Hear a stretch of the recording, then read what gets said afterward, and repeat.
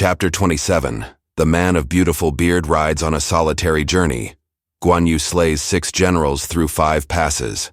Now, of all the officers in Cao Cao's army, the 2 friendly toward Guan Yu were Zhang Liao and Xu Huang. The others treated Guan Yu with respect, except Kai Yang, who was decidedly inimical. So this Kai Yang was ready to pursue and capture Guan Yu as soon as he heard of his departure. But Cao Cao accepted Guan Yu's going as natural. He does not forget his old leader, and he was perfectly open in all his actions. He is a gentleman, and you would do well to follow his example, said Cao Cao. So Cao Cao bade the would-be pursuer be gone and say no more about pursuit. You were exceedingly good to Guan Yu, said Cheng Yu, but he went off very rudely. He certainly left a screed behind with his reasons, but he affronted you, and that is no light matter. Now to let him join Yuan Shao is to add wings to a tiger. You had better catch him and put him to death so as to guard against future evil. Cao Cao replied, But he had my promise, and can I break my word? Each has his master. Do not pursue. But Cao Cao said to Zhang Lo, He has rejected all I gave him, so bribes were powerless with him in whatever shape. I have the greatest respect for such as him. He has not yet gone far, and I will try to strengthen his attachment to me and make one appeal to sentiment. Ride after him and beg him to stop till I can come up and bid farewell, and offer him a sum of money for his expenses and a fighting robe, that he may remember me kindly in after days. So Zhang Lo rode out quite alone. Cao Cao followed him leisurely with an escort of a score or so. Now the steed that Guan Yu rode was Red Hair, and it was very fast. No one could have come up with him but that there was the lady's carriage to escort, and so Red Hair had to be held in and go slow. Suddenly Guan Yu heard a shout behind him, a voice crying, Go slowly, Guan Yu! He turned and made out the person to be Zhang Liao. Ordering the pushers of the carriage to press on along the high road, he reined in his steed, held the green dragon saber ready for a stroke, and waited for Zhang Liao to come up. Of course you have come to take me back, Zhang Liao, said Guan Yu. No. The Prime Minister, seeing that you are going a long journey, wishes to see you on your way, and told me to hasten forward and beg you to wait till he can come up. That is the only thing. Seeing that he is coming along with mailed men, I shall fight to the very last, said Guan Yu, and he took up his position on a bridge where he waited the approach of the party, who advanced quickly. 4 of Cao Cao's generals, Xu Chu, Xu Huang, Yu Jin, and Li Dian, followed close. Seeing Guan Yu was ready to fight, Cao Cao ordered his escort to open out in 2 lines, and then it was seen they carried no arms. This relieved his mind, for it proved to Guan Yu they meant no attack. Why do you go in such haste, Guan Yu? Asked Cao Cao. Guan Yu inclined his head but did not dismount, saying, I informed you in writing that since my lord was in the north of Yellow River, I had to leave at once. I went to your palace again and again but was refused admittance. So I wrote a letter of farewell, sealed up the treasure, resigned my lordship's seal, and left everything for you. I hope you recall the promise you once made me. Cao Cao replied, My desire is to keep my troth with all people. I cannot go back on my word. However, you may find the journey expensive, and therefore I have here prepared a sum of money to help you. Then from horseback Cao Cao held out a packet of gold. Guan Yu said, I have sufficient left from your former bounty. Keep that for presents to your soldiers. Why should you refuse this? It is but an insignificant return for great services. My services have been all trifling, not worth mentioning. Really, Guan Yu, you are the most high-principled of humans. I am very sorry my luck is too poor to retain you at my side. Pray accept just this robe to show you I am not quite ungrateful, said Cao Cao. And one of his generals, dismounting, held up a silken coat in both hands. Guan Yu, even still fearful of what might happen, would not dismount, but he reached down his sword and took the robe on its point. Then he threw it over his shoulders and turned to thank the giver. I thank you, Sir Prime Minister. For the robe and trust we shall meet again. So saying, Guan Yu went down from the bridge and bore away to the north. He is a very rude man, said Xu Chu, who was of the escort. Why do you not take him prisoner? Cao Cao replied. He was absolutely alone facing scores of us. He was justified in being suspicious. But my word has gone forth, and he is not to be pursued."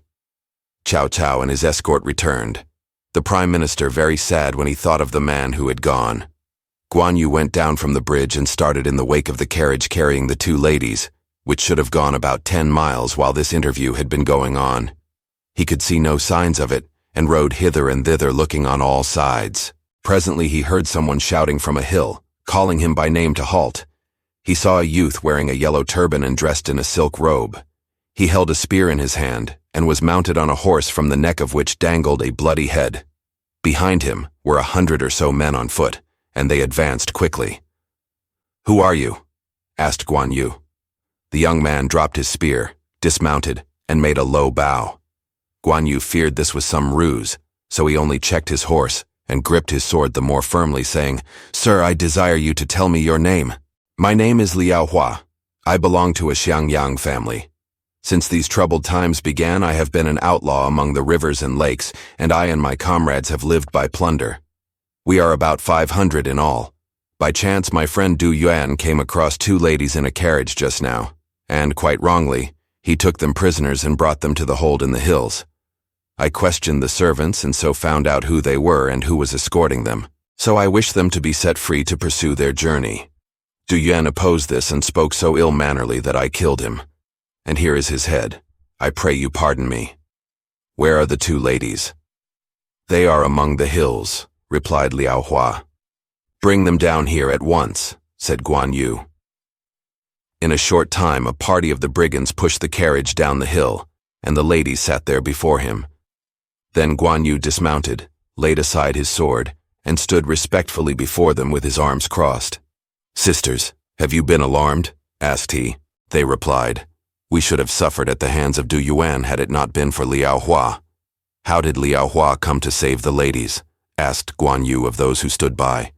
They said, "Du Yuan carried off the ladies and proposed that he and Liu Hua should have one each as wife. But Liu Hua had found out they were of gentle birth and worthy, and was for treating them with respect. When Du Yuan disagreed, Liu Hua slew him." Hearing this, Guan Yu bowed to Liu Hua and thanked him. Liu Hua then wanted to join himself and his troop to Guan Yu, but Guan Yu, seeing he was a yellow scarf, would have nothing to do with him. So Guan Yu simply thanked him for his kindness to the ladies. Liu Hua offered some presents, but these were also declined. So Liu Hua took his leave and presently disappeared in a valley among the hills. Guan Yu told his sisters the story of his interview with Cao Cao and the gift of a robe, and then he urged the carriage on its way. Towards dark they came to a farm where they would rest. The farmer, an old graybeard, came out to welcome the party and asked who they were. Guan Yu described himself as the brother of Liu Bei and said his name. "Surely you are no other than the slayer of Yan Liang and Wenchou," said the venerable host. "That is so," replied Guan Yu. "Come in," said the old man joyfully. "My two sisters-in-law are in the carriage," said Guan Yu. "Will you let your women folks go out to receive them?" As Guan Yu remained standing there, the host asked him to be seated, but he would not sit while the women were present, and remained standing in a respectful attitude till the old man's wife had returned and ushered the ladies into the inner apartments. Then the old man set to the entertainment of his guest in the guest hall. Guan Yu asked his name. He replied, "I am called Hu Hua. In the days of the Emperor Huan, I was an officer of the court, but I resigned and retired into private life. I have a son, Hu Ban, with Governor Wang Zhi of Yingyang. If you should be going that way, General, I should like to send him a letter by you." Guan Yu said he would take the letter. Next day, after an early meal, the ladies got into their carriage. The host handed his letter to Guan Yu, and the little party once more took the road. They went toward Luoyang. Presently they approached a pass known as the Dongling Pass, guarded by Commander Kong Shu and 500 soldiers. When the soldiers saw a carriage being pushed toward the pass, they ran to tell their commander, who came out to accost the travelers. Guan Yu dismounted and returned the officer's salute, and Kong Shu said, "Whither are you going?" "I have left the Prime Minister to go into the north of Yellow River to find my brother." "But Yuan Shao is my master's rival. You have authority from him to go thither?" "I left hurriedly and could not get it." "If you have no authority, you must wait while I send to request orders." To remain while you send and receive an answer will delay me greatly, said Guan Yu. I must stand by my instructions. That is the only thing to do, said Kongshu. Then you refuse to let me pass. If you want to go through, leave the family as a gauge. At this, Guan Yu got very angry and made to cut at the commander on the spot, but Kongshu withdrew into the gate and beat the drums for an attack. Thereupon the soldiers armed themselves, mounted, and came down to oppose the passage, crying, "Dare you go through, eh?" The carriage was sent off to a safe distance, and then Guan Yu rode at full speed directly at the commander of the guard, who set his spear and came to meet him. The two steeds met and the men engaged, but at the first stroke of the green dragon saber the commander of the gate fell to the earth dead. His troops fled. "Soldiers, do not flee," cried Guan Yu. "I killed him because I could do no otherwise. I have nothing against you, but I would ask you to tell the Prime Minister how this thing came to pass, that Kongshu wished to kill me, and so I slew him in self-defense." The soldiers bowed before him, and Guan Yu with the carriage passed through the gates and continued their way to Luoyang. But one of the guards of the pass went quickly in advance and informed the governor of Luoyang, Han Ku, of the slaughter of Kongshu. Wherefore Han Ku assembled his officers to take counsel. Meng Tan, one of his generals, said, "This Guan Yu must be a fugitive, or he would have a safe conduct. Our only course is to stop him, or we shall incur blame. The man is fierce and brave. Remember the fate of Yan Liang and Wen Chou. It seems vain to oppose him by force, and so we must think out some trap for him," said Han Ku. "I have a ruse ready," said Meng Tan. "I will close the gate with thorny blockades and I will go to fight with him. I will engage and then flee, and you can shoot him from an ambush along the road. If we can get him and his party and send them prisoners to the capital, we ought to be well rewarded." This course was determined upon, and soon they heard that Guan Yu was approaching. Han Ku strung his bow and filled his quiver with arrows, and with 1,000 soldiers took up position along the pass. Then, as the party approached, Han Ku said, "Who is the traveler who comes?" Guan Yu bowed low and said, "He is a certain Guan Yu, Lord of Hanshou, and he wishes to go through the pass." "Have you a letter from the Prime Minister?" "In the hurry of departure I did not get any. My special orders from him are to hold this pass and make examination of all spies that may go to and fro. Any person without an authority must be a fugitive." Then Guan Yu began to be angry, saying, "I have killed Kongshu at Dongling Pass. Do you also seek death?" "Who will capture him for me?" cried Han Ku, and Meng Tan offered himself. He rode out whirling his double swords and made straight for Guan Yu. Guan Yu sent back the carriage out of danger and then rode toward Meng Tan. They engaged, but very soon Meng Tan turned his steed and fled. Guan Yu pursued. Meng Tan, intent only on leading his enemy toward the ambush, took no account of the speed of Red Hair. Very soon Meng Tan was caught up, and a stroke of the mighty sword cut him in 2 pieces. Then Guan Yu stopped and turned back. The archers in the gate shot their hardest, and though it was a long way off, one of them lodged an arrow in his left arm. He pulled it out with his teeth, but the blood streamed down as he rode toward Governor Han Ku. The men scattered. Guan Yu rode straight at his next victim. He raised his sword and made an oblique cut which sliced off the head and shoulder of Han Ku. Then Guan Yu drove off the soldiers and returned to escort the carriage. He bound up his wound, and fearing lest anyone might take advantage of his weakness, he made no long halts on the road, but hurried toward Riverside Pass. The warden of this pass was Bian Shi of Bingzhou, a warrior whose weapon was a comet hammer. He had been a yellow scarf and had gone over to Cao Cao, who had given him this post. As soon as he heard of the coming of the redoubtable Guan Yu, he cudgeled his brains for a ruse to use against him. He decided upon an ambush. In the state guardian temple at the pass he placed 200 axemen and swordsmen. He reckoned on enticing Guan Yu to the temple for refreshment, and when he let fall a cup as signal, the hidden ruffians would rush out. All being thus arranged and ready, he went out to welcome Guan Yu in friendly guise, and Guan Yu dismounted at his coming. Bian Shi began very amiably. "Your name, General, makes the very earth tremble, and everyone looks up to you. This return to the imperial uncle proves you to be noble and true. Guan Yu in reply told him the story of the men he had slain in the last 2 passes. Bianxi replied, "You slew them. That is well. When I see the Prime Minister, I will explain to him the inner reasons for these acts." Guan Yu thought he had found a friend, and so mounted and rode through the pass. When he came to the temple, a number of priests came out to meet him with clanging bells. This temple, named State Guardian Temple, had a courtyard in which the Emperor Ming had burned incense in the past. In the temple were 30 priests, and among these there happened to be one Pu Jing who came from the same village as Guan Yu. His religious name was Transverse Peace. Hearing who the visitor was, Transverse Peace came forward to speak with him. "General," said Transverse Peace, "it is many a long year since you left Pudong." "Yes," said Guan Yu, "nearly 20 years. Do you recognize this poor priest?" "I left the village many years ago. I do not recognize you." "My house and yours were only separated by a rivulet," said the priest. Now Bianxi, seeing Transverse Peace holding forth about village matters, thought Transverse Peace would blab about the ambush, so Bianxi bade him be silent. "I want to invite the general to a feast. You priest fellows seem to have a lot to say," said Bianxi. "Not too much," said Guan Yu. "Naturally, when fellow villagers meet, they talk of old times." Bianxi invited the visitor into the guest room to take tea, but Guan Yu said, "The 2 ladies are out there in the carriage. They ought to have some first." So the priest bade them take some tea to the ladies, and then he led Guan Yu within, at the same time lifting the priest knife which he wore at his side and looking meaningfully at Guan Yu.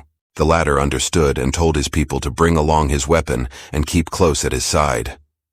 When Bianxi invited Guan Yu to go into the Hall of the Laws for some refreshment, Guan Yu turned to him, saying, "Is this invitation with good intention or evil?" Bianxi was so taken aback that he could make no reply, and then Guan Yu saw that many armed men were concealed behind the arras. Then Guan Yu shouted loudly at Bianxi, saying, "What means this? I thought you an honorable man. How dare you?" The traitor saw that his plot had failed, and called to the assassins to come out and fall to, but Guan Yu had a short sword in his hand and slashed at anyone who came near, so they scattered.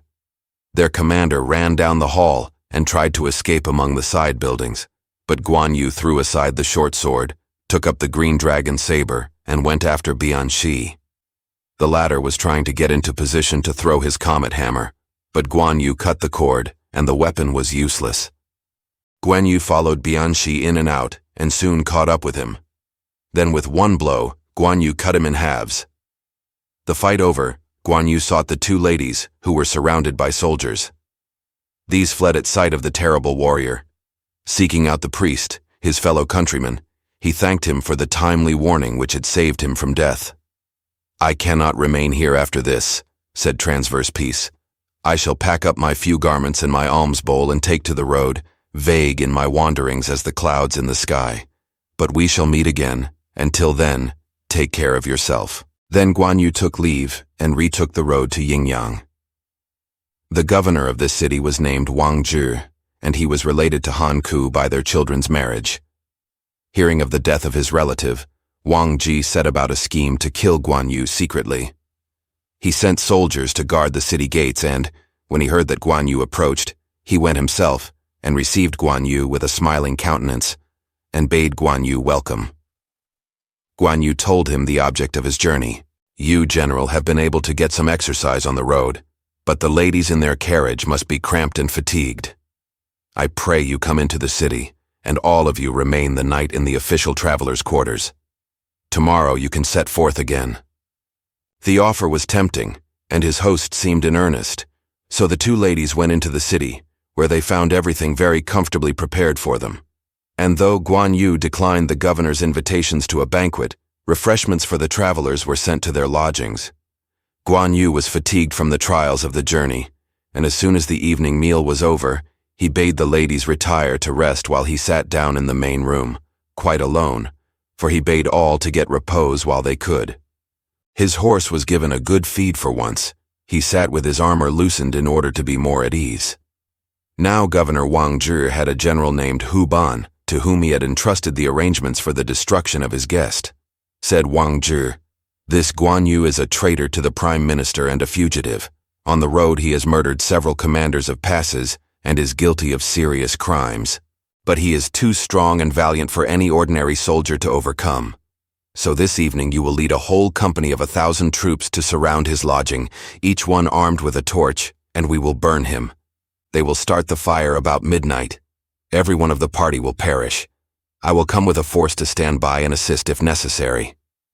These orders received, Hu Ban passed them on to the soldiers, who began secretly to prepare dry wood and other combustibles which they piled up at the gate of the rest house. Hu Ban thought within himself that he would like to know what manner of man was this Guan Yu, whose fame had spread so far, so he determined to get a peep at the guest. He went to the rest house and inquired where Guan Yu was. "The general is the man in the main hall reading," was the reply. Hu Ban noiselessly made his way to the outside of the room and peeped in.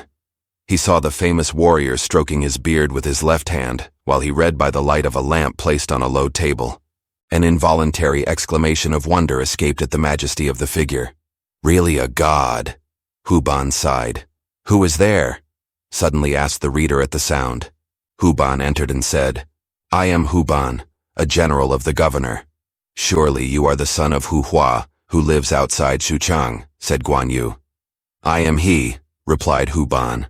Then Guan Yu called up his followers and bade them look among the baggage for the letter, which they brought. Guan Yu handed it to the general. Hu Ban read it and then breathed long, saying, "I very nearly caused the death of a good man." Then he betrayed the whole plot, saying, "This Wang Zhi is a wicked man who wanted to kill you. At this moment you are surrounded, and at the third watch they will set fire to this place. Now I will go and open the city gates while you hastily prepare for flight." Guan Yu was greatly surprised, but he quickly buckled up his armor, got his steed ready, roused the two ladies, and put them into their carriage. Then they left the rest house, and as they passed out, they saw the soldiers all about them, each with a torch. The party hastened to the outskirts of the city and found the gate already open, and they lost no time in getting clear of the city. Hu Ban returned to give orders to fire the rest house.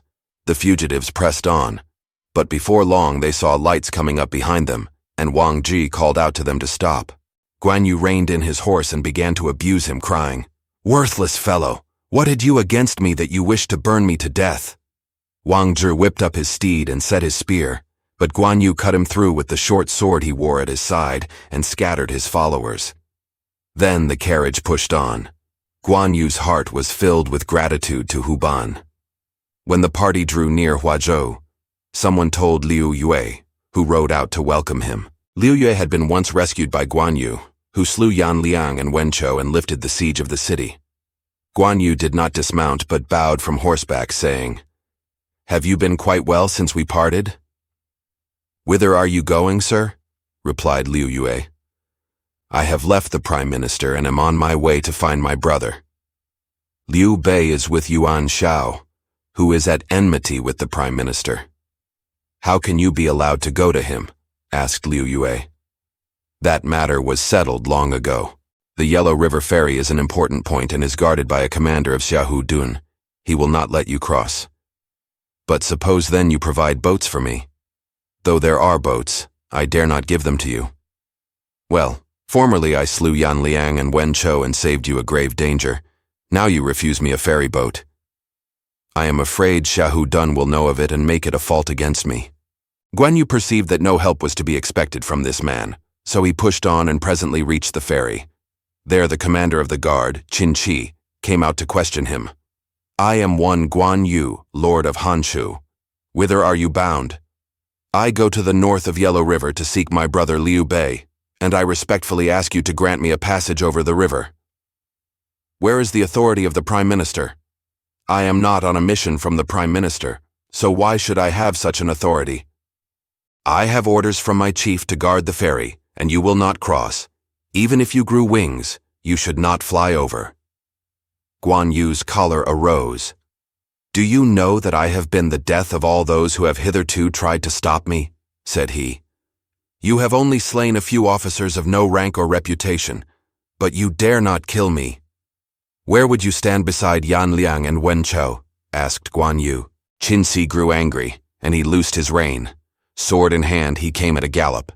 The two met, but in the first encounter, Qin Chi's head was swept off by the terrible green dragon saber. "He who opposed me is dead. You others need not be afraid," cried Guan Yu. "Be quick and prepare me a boat." The boat was soon at the landing, and the two women stepped on board, followed by Guan Yu. They crossed and were then in the country of Yuanshao. In the course of his journey to this point, Guan Yu had forced 5 passes and slain 6 generals. "I did not willingly slay a single one of them," mused Guan Yu as he rode along. "There was no help for it. Nevertheless, when Cao Cao hears of it, he will regard me as ungrateful for his bounty." Before long, he saw a rider on the road who soon hailed him and proved to be Sun Quan. "I have never heard a word from you since we lost sight of each other at Runan." "How have you fared?" said Guan Yu. "After your departure, Liu Bei and Gong Du retook the city. I was sent by them to Yuanshao to try to make peace with him and succeeded, so that Yuanshao invited Liu Bei to go to him and share in the deliberations for a concerted attack on Cao Cao. But to my disgust, the leaders of Yuanshao's army showed great jealousy of each other, so that Tianfeng got into jail. Jusho was degraded and others quarreled. Then Yuanshao vacillated and hesitated, so that your brother and I consulted how we might get away from them all. Now the uncle is at Runan with Liu Bei and, thinking you could not know that and might suffer some harm if you unwillingly went to Yuanshao, I have come to warn you. It is good fortune to find you like this. Now we can hasten to Runan, and you will meet your brother." Guan Yu took Sun Quan to make his bow to the ladies who asked after his adventures, and Sun Quan said, "Uncle Liu Bei were nearly executed due to Yuanshao's sudden bursts of anger after the deaths of Yan Liang and Wen Chou. Now, however, he is out of his way and safe at Runan, and you will meet him soon." The ladies covered their faces and wept at the recital of his dangers. Then the party no longer traveled north, but took the road toward Runan. Not long after, a great cloud of dust was noticed behind them, and that presently made out 100 of horsemen. These were led by Xiahou Dun, who shouted out to Guan Yu to stop. How finally Guan Yu escaped death will appear in the succeeding chapter. Thanks for watching. Please like the video and subscribe to the channel for more excellent content.